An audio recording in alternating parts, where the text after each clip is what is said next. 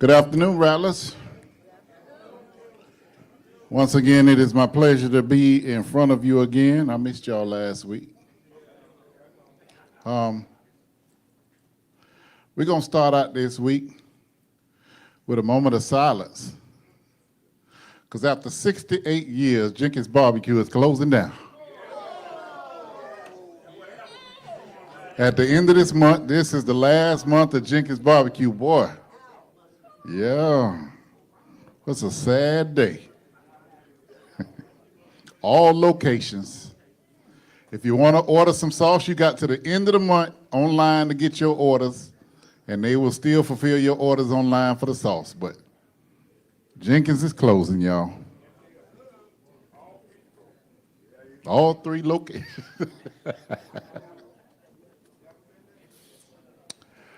All right. Well, let's start off with some great news. The board of the 220 quarterback, the Eddie Jackson 220 quarterback club decided in the spring that we would help the athletic department to facilitate the Rattler Football Network being back on 96.1. And the first week was a great success. We are back. We are the primary sponsor. And when you want to, and there's a game, you can turn your radio to 96.1 like we used to be able to do and listen to the game. Everybody is not able to stream and all of that, and that was our thing. Or nobody wants to, I know how to stream, but I would rather not stream the game, just turn my radio on. So Melvin Bill and Albert Chester did a great job, a great start. So the Rattler Football Network is back on 96.1. You can listen to it online if you want to.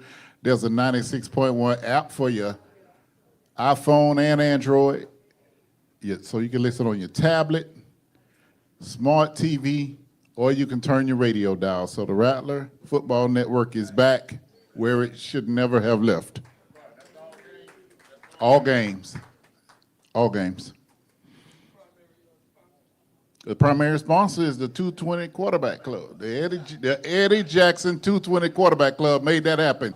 Y'all made that happen. Thank you all.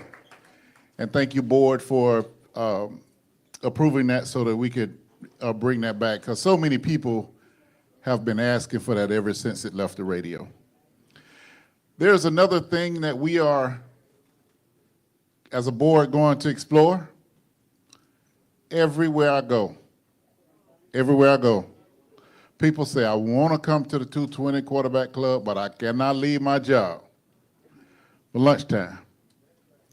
So we're going to explore having Eddie Jackson 220 Quarterback Club after dark. We're going to have an evening Eddie Jackson 220 Quarterback Club so we can expand. We're going to do one and see how it works out and see how the logistics work out and all that. See, I just said that y'all wasn't going to get me in trouble with Reverend Bernie and he come walking in the door. See, I knew what I was talking about. How you doing, Reverend Bernie? Good to see you, man. I just told him I wasn't going to do nothing to get in trouble in this facility right here. All right, what we're going to do now is we're going to take 10 minutes while you're eating, and we're going to review a video of where I was last week. I was with the Marching 100 and the cheerleaders in New York at the U.S. Open, which was dedicated to Althea Gibson. And when I tell you the USTA did a first-class job, you could not turn anywhere and not see Althea Gibson's image. They had original art, they had the logo, they had her on displays. Dr. Chipman and I just got amazed because you don't think about it, but the U.S. Open is the first Grand Slam tennis event she was in, so they have footage. So they had footage of her playing in the U.S. Open, and Dr. Chipman and I literally just froze. It was like a travel back in the time. So big props to the USTA for how they did. But let me tell you, FAMU's cheerleaders and their Marching 100 We're so used to them for seeing them for decades upon decades. Sometimes we forget. Sometimes we forget who they are until you get them out of this environment and see how other people react. They were real stars, and people had traveled to see them. So we're going to take 10 minutes, a quick 10 minutes, and we're going to show you the video. And it was important for me to put the times that everything happened. Pay attention to the times that everything happened. They performed 6 times on that day. 6 times. Early morning to late night, but they were troopers. So at this time, we'll show the video. Once I get this set up, if y'all could get the light.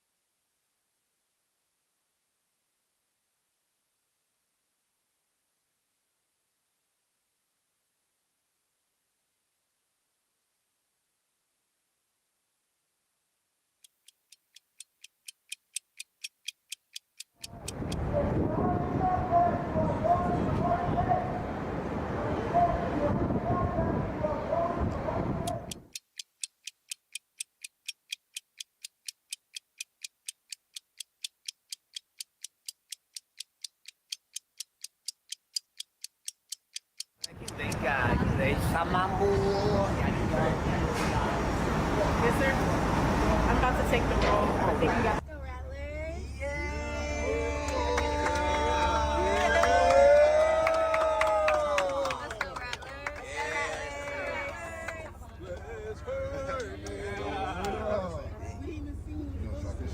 Why not? Let's go. Hey.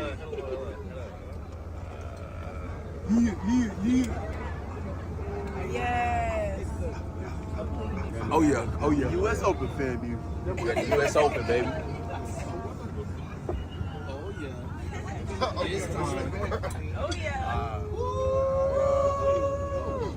Yeah, man. Wait, I don't have a horn though. I hold up a song. Ooh, at the U.S. Open. At the U.S. Open. Yay.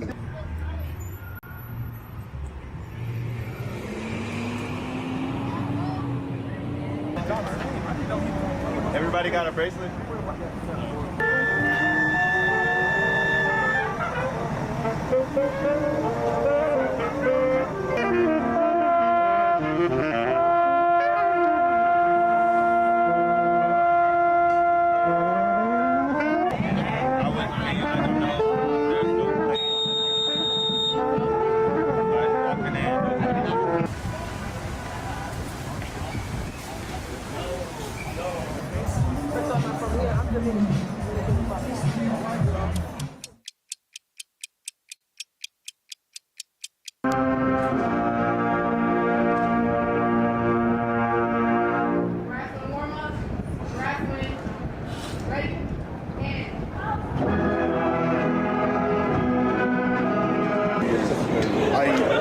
hilarious. You did. I was speaking with him. But you never told me. Not anymore. It's all good.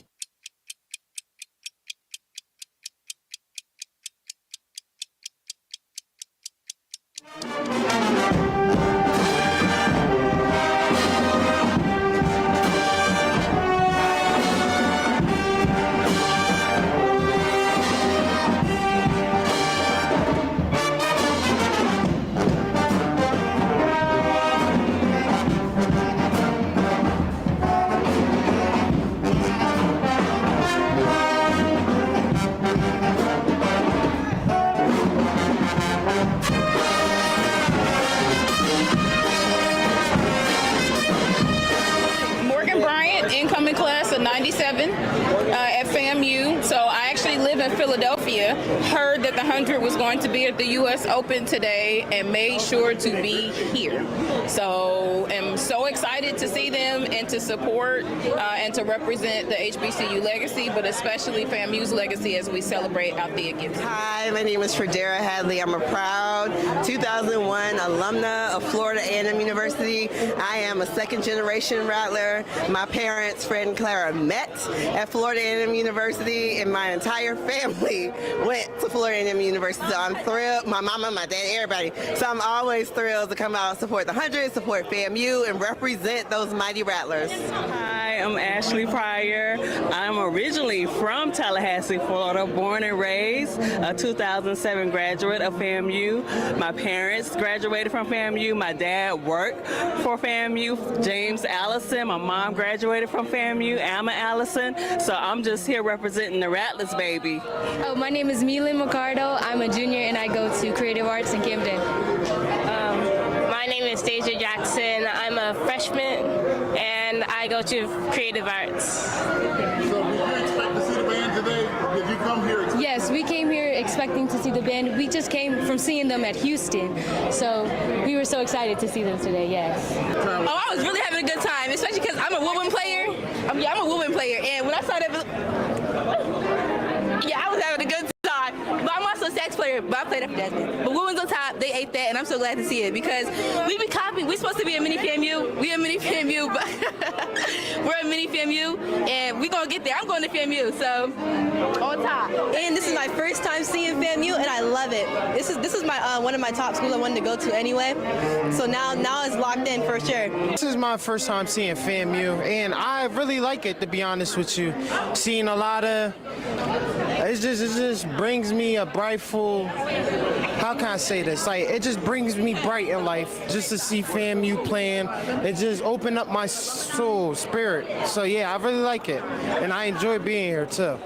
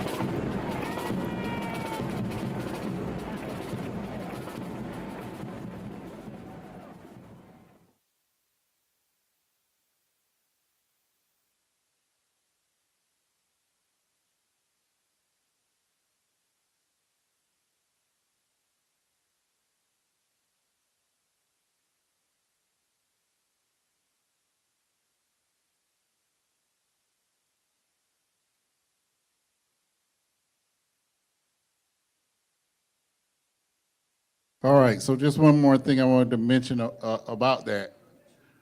Well, a couple of things. And Michael Reed said something very important. Why it's important for our band to have a budget is because you see how many students they were locking up for school. They are ambassadors. They're some of our best recruiters. I mean, kids were literally ready to come to FAMU after seeing the band. So Dr. Chipman and the band continue to do a great job for FAMU.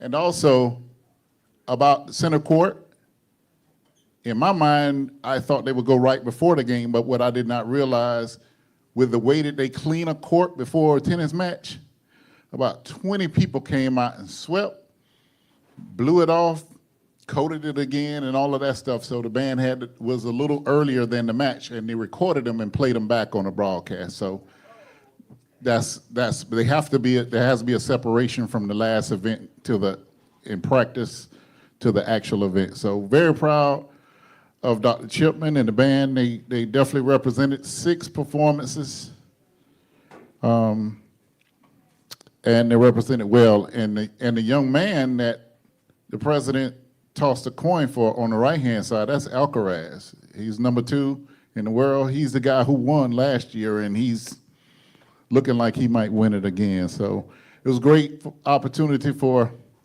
Oluwamadupe Oloyede, our head drum major. As you can see, she is in charge. There's no question. Dr. Chipman did not say much the whole meet. She literally ran that situation. I'm here to tell you. So it was great to say that. Dr. Chipman said that's what he looks for in a head drum major, somebody who thinks like he thinks. So we're very proud of her and the entire band and the cheerleaders. The FAMU AKAs were up there on Friday previous, and so they celebrated a great Lady Rattler in grand fashion up in Flushing, New York at the US Open. So we're real proud of that. Before I bring up Selvin Cobb, I got a call from Regina Battle, and she said parking passes are available. You can go anytime after the 220 Quarterback Club today and pick up your parking passes. They are available, and she wanted you all to know first. So we appreciate Regina for that. Without further ado, I'd like to bring up first I want to recognize Vernon Ward. He sent in his $50 for his Eddie Jackson 220 Quarterback Club polo shirt and another $50 for nutrition. And for those who are on Cash App, we'll catch up with our Cash App recognitions on next week. We're going to lead off with that on our home game because we have several people who have donated on Cash App. If you're online, you should see $ 220 Quarterback Club, 220 QB Club, I'm sorry. And we're going to run down that list because we're a little behind on recognizing people on Cash App. But anyway, we're going to start off next week recognizing those who have donated there. So, Selvin? Okay, good afternoon, fellow Rattlers. Before we start this meeting, last Wednesday, we recognized 3 people. And one of those people that we did recognize, we had a silent moment for, was Richard Sermons. Richard, at that time, we did not know, but Richard Sermons' funeral will be at 11 o'clock at Bethel Baptist Church. That's at 11 o'clock Saturday at Bethel Baptist Church. Okay? All right. A couple of announcements, but Zach is eating, so I won't interrupt his meal. But I would like to say that we have a booster bus that's going to going to Atlanta on October the 4th. That's when FAMU plays Mississippi Valley. That bus is, if you are a booster member, you can ride the bus for $175. That includes tickets. If you're not a booster member, then you can pay your $100 and you can still ride for $175.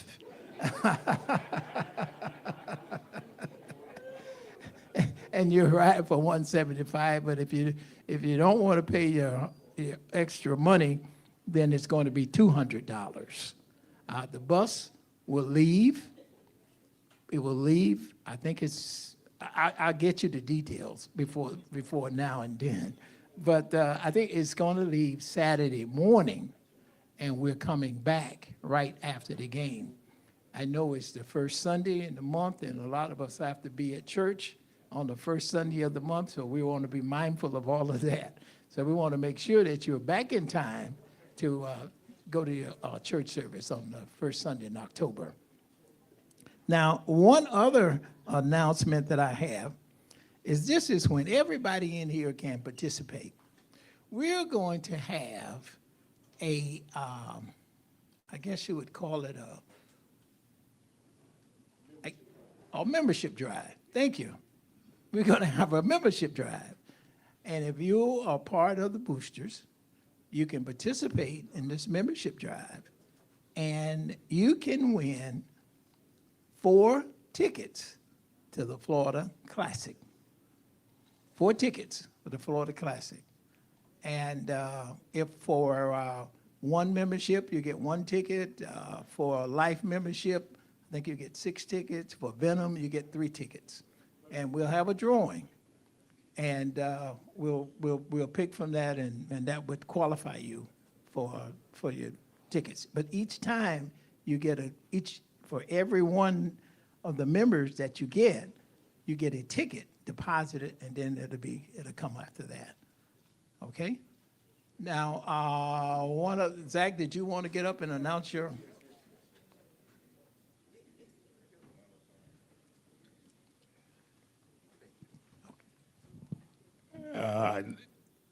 And please forgive me, but I'd just like to clarify.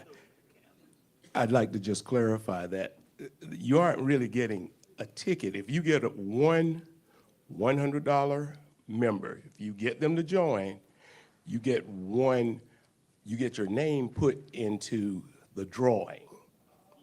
If you get a, was life member, you get your name put into the drawing 6 times. And if you get, what was the other one? A Venom Club. It's 3 times. And those names, so if you recruit some people, you get your name into the drawing. And then when we do the drawing, the winner will get 4 tickets at the club level for the Orange Blossom Classic. That's what I said. You know, for the Florida Classic. So that being stated, I'm up here again to pitch this basket. And the tickets, the raffle tickets are $10. And right now, we don't have too many people's tickets in the drawing. So I would encourage each and every one of you all to buy your 2 or 3 tickets today so you can get your name in this drawing. This basket does have about $400 worth of Rattler paraphernalia, things like the flag, the megaphones, stadium seats, the, what do you call those, the shakers, this beautiful umbrella, and a whole host of other things. And our goal, again, is to raise money to split between the booster organization and the FAMU 220 Club. So please, come by and see me before you go today and buy some of these tickets. And thank you very much, Mr. Cobb, for the time. The drawing, oh, thank you. The drawing will be held after, the week before the Alabama State game. I think that's in October. I think that's the 2nd week in October. Okay, and we'll hold the drawing here at the 220 Club. The winner, you don't have to be present here to win. We will get the basket to you. Roger and I will drive down. I better not say that. But we'll get the basket to you. Thank you, ladies and gentlemen.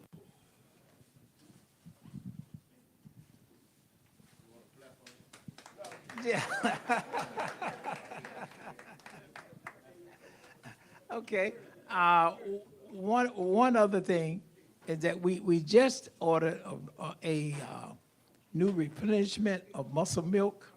And last week we said that we were going to contribute $1 for the number of points that we scored. Well, we scored 9 points. 9 points. 9 points. Okay? I said it enough now. I ain't gonna say it no more. This year, but this weekend, we're gonna bust the clock, okay? All right. That's Vaughn, would you like for me to go ahead and present Coach Cozy? I know that a lot of you all have some nice questions to ask him. But one of the things that we always remember, we are Rattlers first.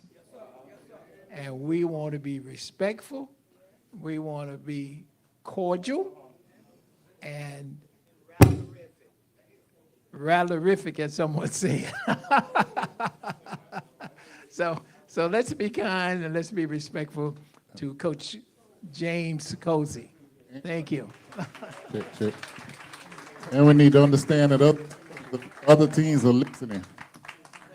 Other teams are listening. We got to understand that. I will say that again. Be mindful that other teams are listening. Good afternoon, everyone. I heard the 9 points. Know that. I also heard that if I don't turn this around, Mr. Cobb, I might need me one of them Florida Blue Classic tickets.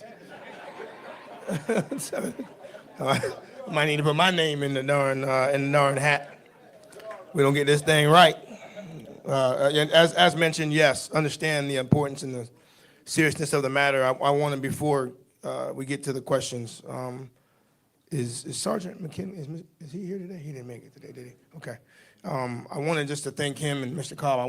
I don't know who did it, but I'll start with this. In January of 2024, when I was blessed with the opportunity to be named the head coach here, our building inside was rather old, and what I mean by that is just some of the signage that we had in there, some of the pictures that we had in there.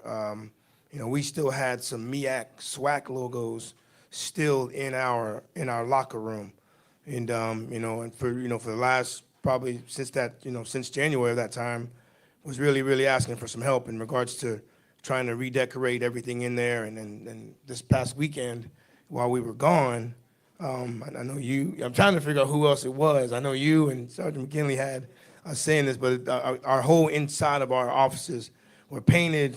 It was it's a start for us as far as trying to just get some new things in there. And so I just wanted to make sure I said thank you for that happening, just primarily because, again, it was been something that's been on the plate for, I guess, close to 18 months. And, having the opportunity to do that, and then just being able to just update some of the items in there. So who else was in there? Because there was a lot of painting that had to happen. Who else was in there, if you don't mind me? Can I ask? Can you tell me? Are you? Okay, he'll got me. Okay, all right. Well, I want to just say thank you to him, and I know he does a lot of things. He didn't do it by himself though, did he? Okay, well, I appreciate that. Thank you. I want to make sure I say thank you to that. I know there's gonna be a lot of questions, but I want to just again say thank you to some people that just sent me some messages, obviously over the weekend, and I want to kind of read some of them, and then I will open myself to as many questions as need be. I want to make sure I answer all of them. But here are some of the things that was sent to me over the weekend. Coach, just block out. First thing was sent to me, block out the outside noise. Second, trust the process. Third, trust your instincts. Fourth, block out the outside noise. Assess the issues and have a plan to address them. 6, be a steady voice for the coaches, players, and staff. And last but not least, it said block out the outside noise. And then it said, you got this, brother. in my 25th year of coaching, coaching college football. In my 9th year as a head football coach, obviously at this university and then the previous one. I've never experienced the loss that we had this past Saturday, never. And not as a player, assistant coach, or as a head coach. I think that, you go through some things, and obviously there's some things you'd like to play back on Saturday, but never had a kick in the game that way. And once it ended, the thought process was to get off the field, but we had to make sure we stopped with the band so they can play the song, and then we got off and then went into the locker room. Our sports information guy came to me. He's like, Coach, I want you to take about 30 minutes off and grab 2 players to come speak to the media. I told him, we went into the locker room, we prayed. I talked to the team briefly, and I told them that I wasn't going to bring any players. I told them that I was going to go by myself. And I know Vaughn was I don't know if he was surprised that I was already in there as fast as I was, but got a chance to speak to the media because I thought the most important thing at that time was to get back with the team. So I was in there by myself, had a lot of things to think about, but so just want to kind of give you just a little bit of some of the questions I may not answer just because I want to make sure we keep them in-house, but here to answer as many questions as you guys may ask. Obviously, a lot of different emotions from the game. The first game of the year, I thought we were a much better football team, but the score did not say that. But at the end of that, love to hear any synopsis, questions or comments, and obviously I think Vaughn will make sure we get whatever questions that may need to be asked that is online. So I'm hoping. Always.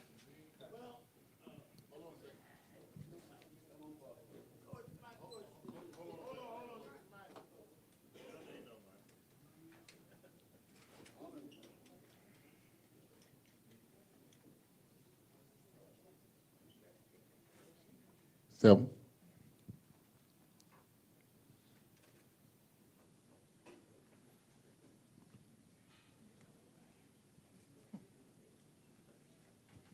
Thank you. Hello? Okay. I was surprised. I was surprised on one thing. Yes, sir. You just said that you got 25 years. Mm-hmm. Now, our team, after the second series, mm-hmm. we went flat. We came out good. First series, first down, and when the quarterback got sacked, Johnson got we had a kid down, a receiver downfield. He didn't see. After that, we got the delay of game. Mm-hmm. And from that delay of game, we were flat as a pancake. Now, when I said I was surprised, I thought you would have called timeout, and you done it before, seen it done. Go out and maybe ask the referee how is the fishing, what the hunting gonna be like, but you were throwing your arms up. See, I officiated for about 50 years, and I've seen throw your arms up, and boy, you spitting at the mouth. Then you come back and huddle them up and say, let's get them. We got to play the Zebras tonight, too. Yep. We didn't do that, and our team was just flat. Mm-hmm. I thought Johnson played good, but we didn't have that. We came out with it, and it left us. Well, I think we were really encouraged the first series because, the question mark throughout training camp was defense, right? How good was our defense going to play? And, obviously having the opportunity to be back in the seat and calling plays and then watching our defense go out there on a 3-and-out, get a 3-and-out, exciting. They had ran a couple of things that we thought were going to be, that we didn't think they were going to run. So our defense actually responded well to some new stuff that they were doing. So we were excited.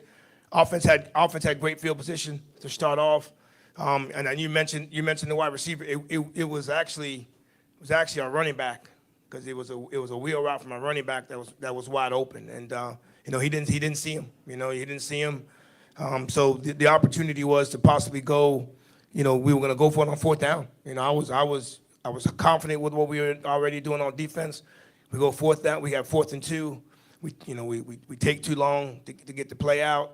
Some of the youth of our QB kind of showed a little bit there, but we didn't get it done. So then obviously we lose the yardage, and then we have to punt. So throughout that, and you mentioned the whole being flat throughout that game, throughout the entire game, I always thought we were going to have something pop, because I closed practice for training camp, but some people that did see us and I've obviously watching our team throughout training camp, our offense and defense were going back and forth as far as having success against each other. So I always felt that we were gonna get something offensively. We were gonna get something offensively. If you told me we were only gonna score 9 points, I would have disagreed with you wholeheartedly. But I always felt. We didn't have any penalties, right? We didn't have any turnovers. Our defense played probably for the minus obviously the last drive. Our defense probably played as well as we were getting up into how our 2023 defense played. So but offensively we couldn't get it done, right? But as we got to the late in the game, now we're trying to win the game. I'm not trying to score 30 points. I'm not trying to score 28 points. We get down to the end of the game, it's 7-6. The ball's at the 2-yard line. Believe me, I thought about going for it, but then if we didn't get it, then our timeout situations were low. So I made the decision to kick the field goal, and it's 9-7 with a minute and a half left to go. And for the most part, for what we were doing on defense, I thought we were in good shape. So I do, if I have an opportunity maybe to play back, maybe one or two things, maybe. But at the end of the game, I was trying to win it. Right, it wasn't I couldn't go for it. I couldn't get down to the 2-yard line and go for it on 4th and 2 and not make it. So I thought kicking the field goal, and as well as our defense had played all night, I thought that was gonna be more than enough. So again, I even if you guys saw the beginning of the 4th quarter, I had our offensive coaches talk to the offense, our defensive coaches talking to the defense, and they came to me in the middle, and we had the same conversation. It's gonna pop. We're gonna get a big play. One of our athletes is gonna make a play, or was gonna do this and gonna do that, and it didn't happen, right? But I love the way we fought. I mean, I love the way we fought. But I'm hoping, and we're doing a couple new things offensively where we can. I mean, for me, get the ball to our playmakers. That's all I want. We got the playmakers. If we can get the ball to them, I think we could be in much better shape. Coach, online, several questions. Yes, sir. Several similar questions. Did you consider changing the quarterback? Well, I was, we went to, when we played in the MEAC SWAC Challenge last year, when we got to the half, there was a conversation between Coach Burris and I about whether to change D. Rich, at half. This game here at the half, our conversation wasn't about changing anyone. Our conversation was just making sure offensively we needed to get our plays in faster. I was a little bit disappointed with us not the way we handled the first half. So that was our conversation. Now, Coach Burris would have brought it up and talked about it. We might have had a conversation, but there was never a conversation about changing our quarterbacks at halftime. It was just about making sure we were cleaner with our exchanges in regards to getting the plays from the booth to the sideline, and from the sideline to the field, and just trying to figure out a way to make sure we get the ball to our playmakers. So there was never a conversation of whether we were going to do it or not, Vaughn. That was never really an issue. Again, last year we actually had that conversation, and then Coach, we're looking to maybe change D. Rich. I said, look, let's give him a couple more series, and obviously you saw what happened to D. Rich after that. But we never talked about changing quarterbacks this past Saturday. At any point, not just at halftime, Vaughn. We know Coach Burris and I, we talk almost every series, and there was never a conversation.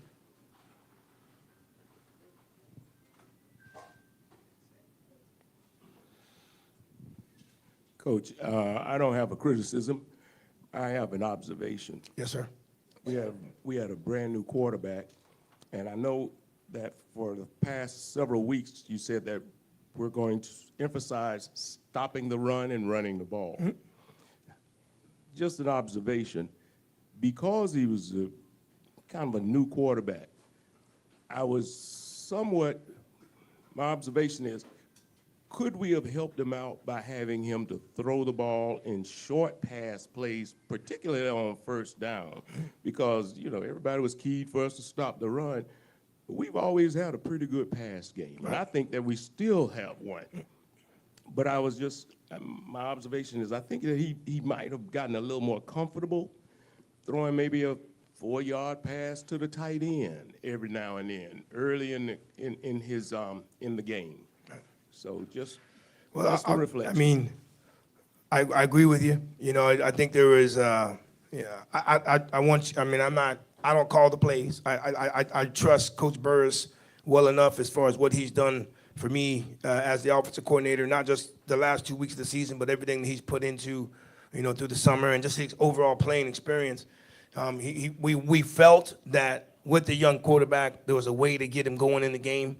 We had a couple plays where we wanted to make sure that it wasn't about a read and just what you're saying, just get the ball out and throw the ball to the appropriate people.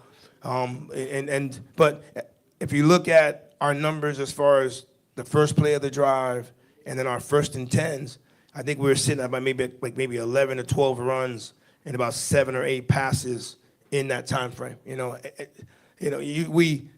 got to, we play the first half. It's the 7-3, so you're kind of realizing what kind of game this is going to be, and then you get to the third or fourth quarter. Our offense actually had for the third and the fourth quarter. Our offense had the ball close to 20 minutes where we were driving down the field, getting yardage, first down here, first down there. So he was slowly but surely getting to the rhythm. Now, hey, FAMU football, we've been airing this sucker out. I've been around it, read it, know it, seen it, but we also have a young quarterback that we have to make sure we didn't want him to have any turnovers. So we couldn't do both. We couldn't just run the football and then try to ask this guy to air it out. So I'm real comfortable with with Coach Burris, what he wanted to do, how he wanted to do it, support him 100% on a lot of the decisions that he made on Saturday. We had a couple drops too. we had some plays where we dropped some balls. We had some plays where he might have missed some reads, things of that nature. So it was, there were some things, again, like I said, you wish you had back. If he hits that guy in that first series and hits that guy, that's probably a touchdown. What does that do to his confidence? What does that do to our team's confidence? What does that do to our offensive line's confidence? So, again, we wanted to make sure we tried to give him the best opportunity to win. We thought we did. We had some conversations on Sunday. I had conversations individually with the special teams, defense, and offense of what I think, moving forward we may need to do. Hopefully that our conversation helps us on Saturday. Yeah, Coach. Yes, sir. Keep your head up. That's boss. the first game. I got you next. We're going to be all right. My question is, a comment as well, kind of like Boss was saying. We left 10 points on the field. Yep.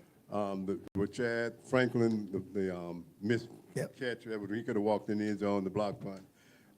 The score would have been different. The atmosphere would have been a little different. But it did seem like, now the defense was hype. Defense couldn't have did better, I don't think. But the offense just kind of looked kind of flat. Do you think the leaders or your leaders on the offense were doing what the leaders on the defense was doing? Because it seemed like they were a little flat. They were 3 out, 3 up, 3 and out, come sit down, and nobody's hyping, nobody's talking, nobody's, firing everybody up.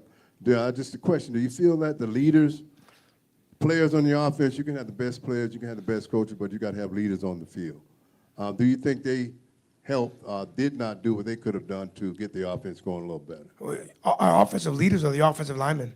Those aren't big rah-rah guys, right? They're big, lead by example.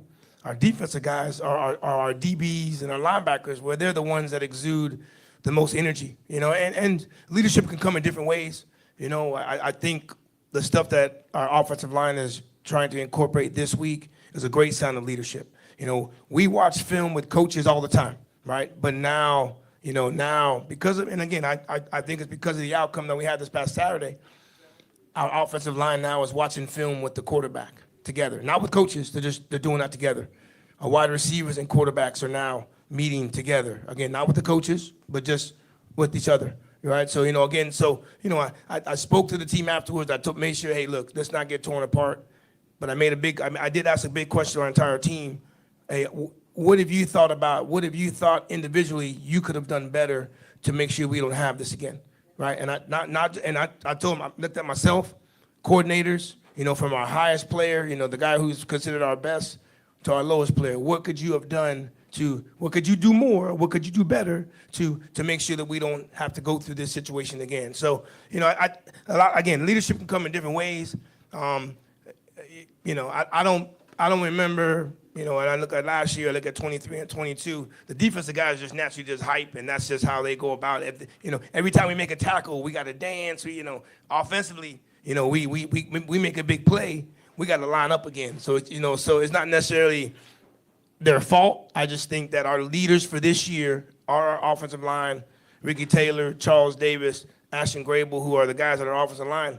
It's tough to get them to even say a word to each other, let alone, get them to yell or scream. I just want to clarify who we are. We are the Eddie Jackson 220 Quarterback Club, and we are a support organization for our teams, every team. So I will cut that chat off if you all don't act accordingly and respectful like we're doing in the room. Last time saying it.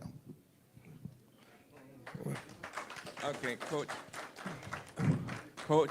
Yes. Appreciate your first game. It was good. Yeah. Okay, but I have a comment and a question. It seemed like there was only one wide receiver on that team that was giving us all the H that we needed.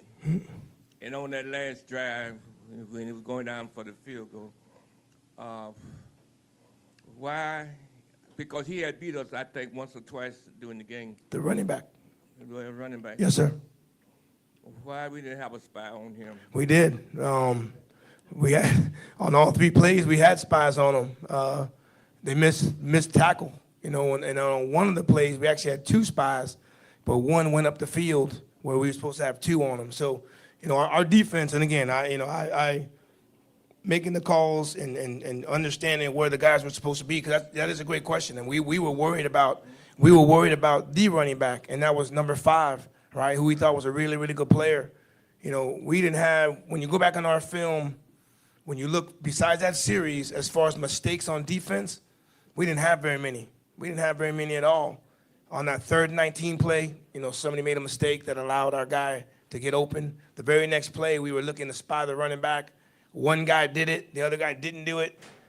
Could it have been because of the 2-minute drill? I don't know, but our last 3 plays, when you look at it, we actually had a guy on him.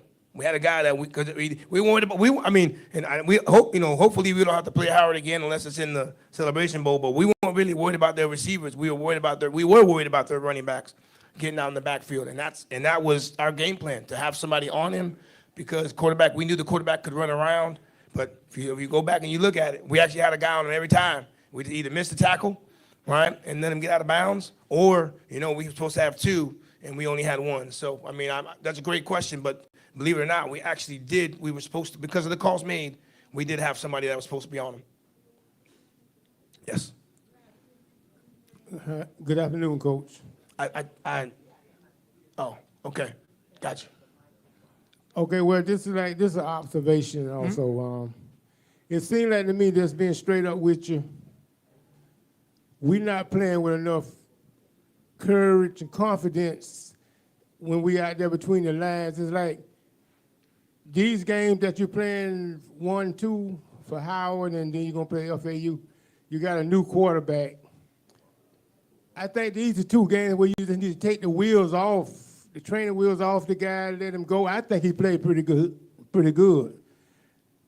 But we're not playing with enough, just my observation, with enough controlled violence on the football field on both sides of the ball. Like I said last year, where the dogs at on this team? We need to be busting heads, cracking skulls out there. We just tackling people. I don't see nobody out there who hungry or had a bad childhood or something. You didn't see T.J. Huggins knock my man's helmet off at the game Saturday? I'm just saying on a consistent basis, on both sides of the ball. Right. And when we get down in the red zone, when we get down the red zone, we not practicing like on the center. Well, I mean,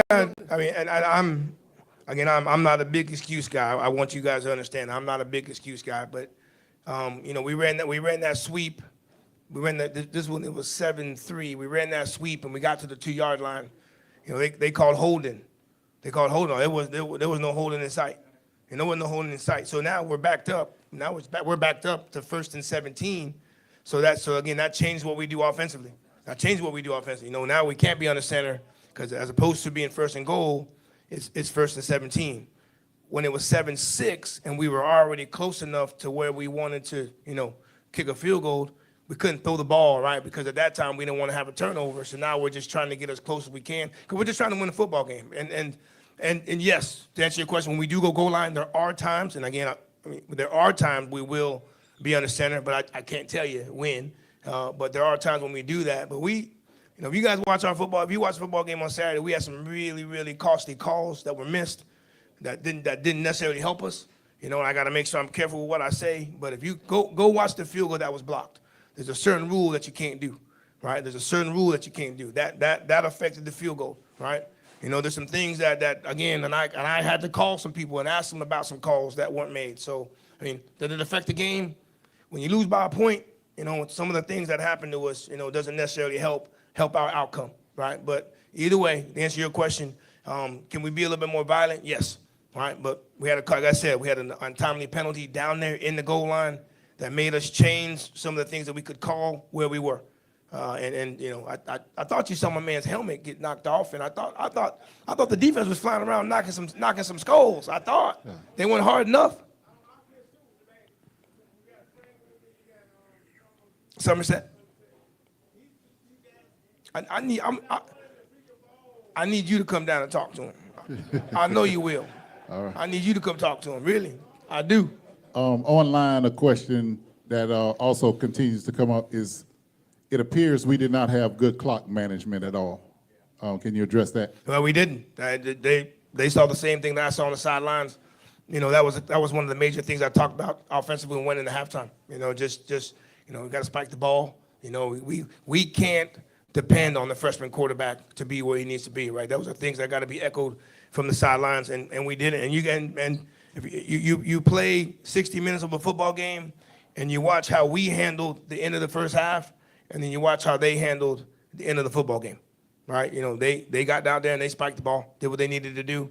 We had our opportunity before the first half. We didn't spike the ball, lost some time. You guys saw our field goal kicker. When he gets time, he's got a great leg. And if we get ourselves a little bit closer before the half, we might be able to have the 3 points that we needed. So, those are all things, again, that's nobody else. That's on me. I'll take that, and we'll make sure that we're better with it moving forward. Good afternoon, everyone. Mine is not a question. It's from an encouragement perspective. I've already heard it in the room that you're going to be just fine.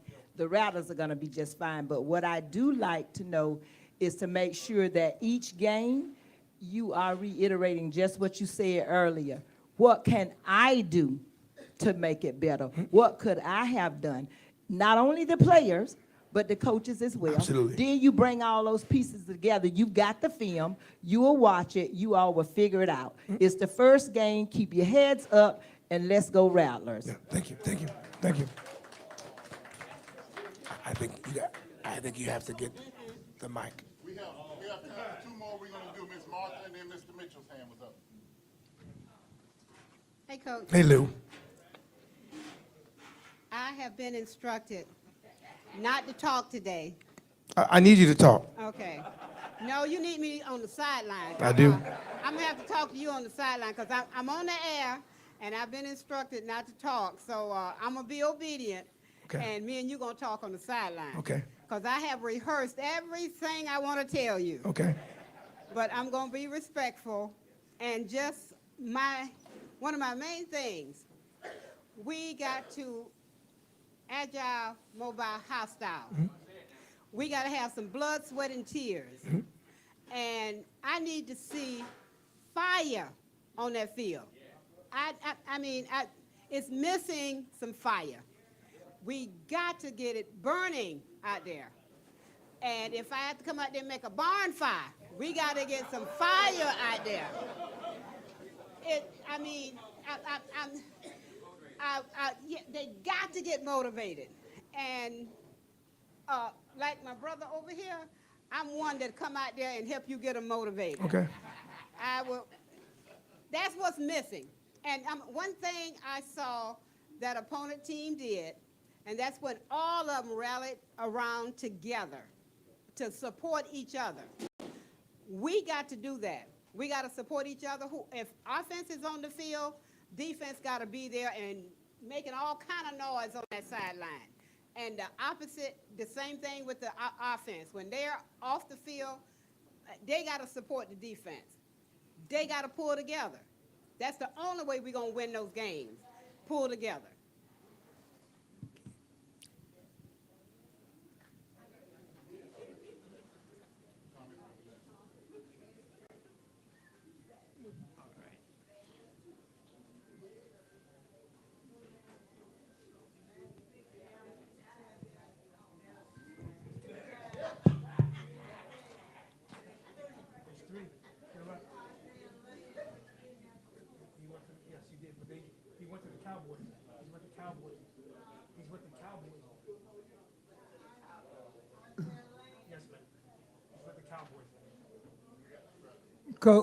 Coach. Yes, I got you, boss. That sack when the guy grabbed him by the neck, was that legal? Well, it'll be an unpopular opinion. I thought he grabbed him right here, which is legal. The horse collar only can happen behind. But I mean, what he did right here, sometimes it looks worse than what it was. But when you slow it down, you'll see his hand was right here, which is legal. Now, what he did after the sack is very illegal. When you shoot guns in the air, that's an automatic 15-yard penalty. So that's an automatic 15-yard penalty. So even on that sack, it should have been an automatic 15-yard penalty, which then now goes in, and now it's not fourth down anymore. It's first and goal. So I mean, to answer your question, trust me. When I got back, I looked. There was about 5 or 6 plays that I thought we missed, or not, that the officials missed, and one of them was that play right there. They didn't miss that, but they did miss when you shoot guns. They missed it. I mean, they showed it. They even showed it on the big screen. That's a 15-yard penalty. So they missed. They didn't miss this, but they missed the shooting of the guns in the air. That's an automatic 15-yard penalty. And did you say something about that? Because I saw you talking to him, but I think I talked to him on 2 occasions. The 2 occasions that I talked to them, rather roughly, was that was that one, and then they missed a pass interference call right in the middle of the field. It was right in the middle of the field. They missed that, and people forget the play because our tight end was open, and then our tight end dropped the pass, right? But So it was literally right. He dropped the pass. Our receiver's on the ground, and the reason why he's on the ground is because he gets held. So I approached the referee right before the half, and I asked him, "Hey, you missed it." I didn't say it in those words, but he came and told me. I knew you didn't say it in those words. 'Cause the other thing is, and Bossman to tell you, officials miss calls, and he came and told me, he's like, "Coach," he goes, "Coach, I missed it." So when they tell you that, what do? Coach, I missed it. So then I had to run into the locker room and explain to my coaches. He told me that he missed it, and he did. So when you do that, I mean, what do you do? Now the other thing, Well, he missed the guns too. They both did it, right? Exactly. So I mean, those again, not an excuse guy, but those are plays that in mind. When you lose by a point, there's things that affect the score, right? The blocked field goals, they did something they weren't supposed to do, right? The shooting of the guns, they did what they were supposed to do. Those are flags. So, but again, the other thing is that last quarter, I was impressed with the running game that you had been talking about. So was it a difference of execution in the fourth quarter, or you changed series? I just think that we were getting to our man a little bit longer, holding on a little bit longer. It's tough as a running back to get hit after a yard or two, right? But when you start beating on them a little bit and now you're getting 7 or 8 yard gains, that means the old linemen are staying on their blocks a little bit. Am I right? they're staying on their blocks a little bit longer than maybe what we had in the beginning. Now, when I talk about the run first, when I talk about being able to run the ball and stop the run, those are recipes for everybody. Like I'm not, this isn't something I'm just making up, right? Like, but those are recipes for all teams. Like you want to be able to run the ball and stop the run. Those are things that every champion team is going to want to do. So our mindset was Saturday, we got a young quarterback. We got to make sure we put him in the right position to win. We felt our offensive line, who was one of our major strengths, was going to give us an opportunity to run the football. Defensively, our main focal point, because Howard's main focal point is to run the ball. So we wanted to make sure that we stopped the run as well. So, you know, we thought, and if you ask my offensive coaches, they probably thought we would have we would have had a little bit more success running the ball than we did, right? So I just saw the success in the last quarter. I thought you know, after halftime, and you're talking to the team, and I mean, I know everyone here watched the game. You start watching, you get later in the game. You know, now we're trying to do everything to make sure, you know, no turnovers, making sure we make right decisions, making sure we're making right calls. So, but great question by everybody, actually. All right, hey, again, everybody, thank you. You know me, win, lose, or draw. I appreciate you guys, and I was gonna bring my policeman, but I didn't think I needed to do it today, so I appreciate y'all. Thank you.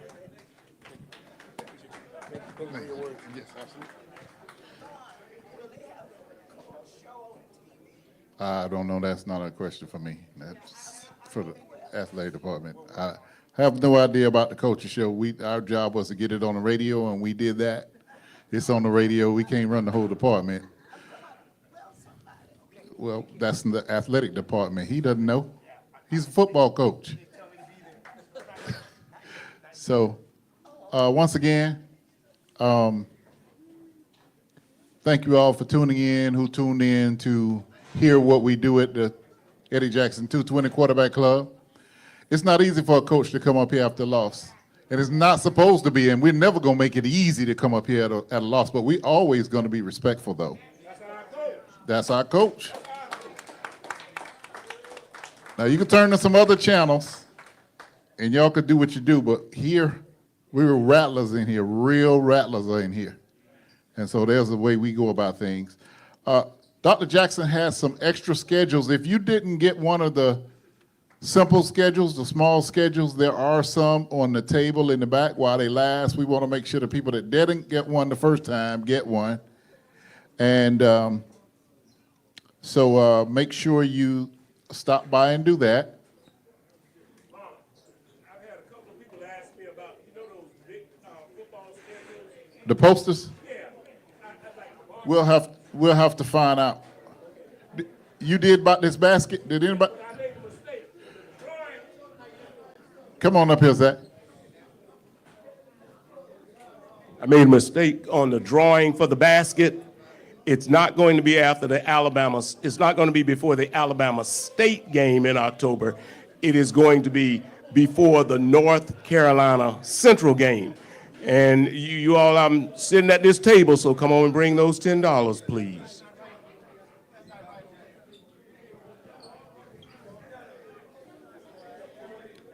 All right. Once again, we need big support from our Rattlers, no matter what. That's what we do. Thanks, everyone, for tuning in. Don't forget, nutrition, account number 2148. Next week, we will start off by recapping everyone who has donated on Cash App. Thanks for joining us once again, and we'll see you back next week.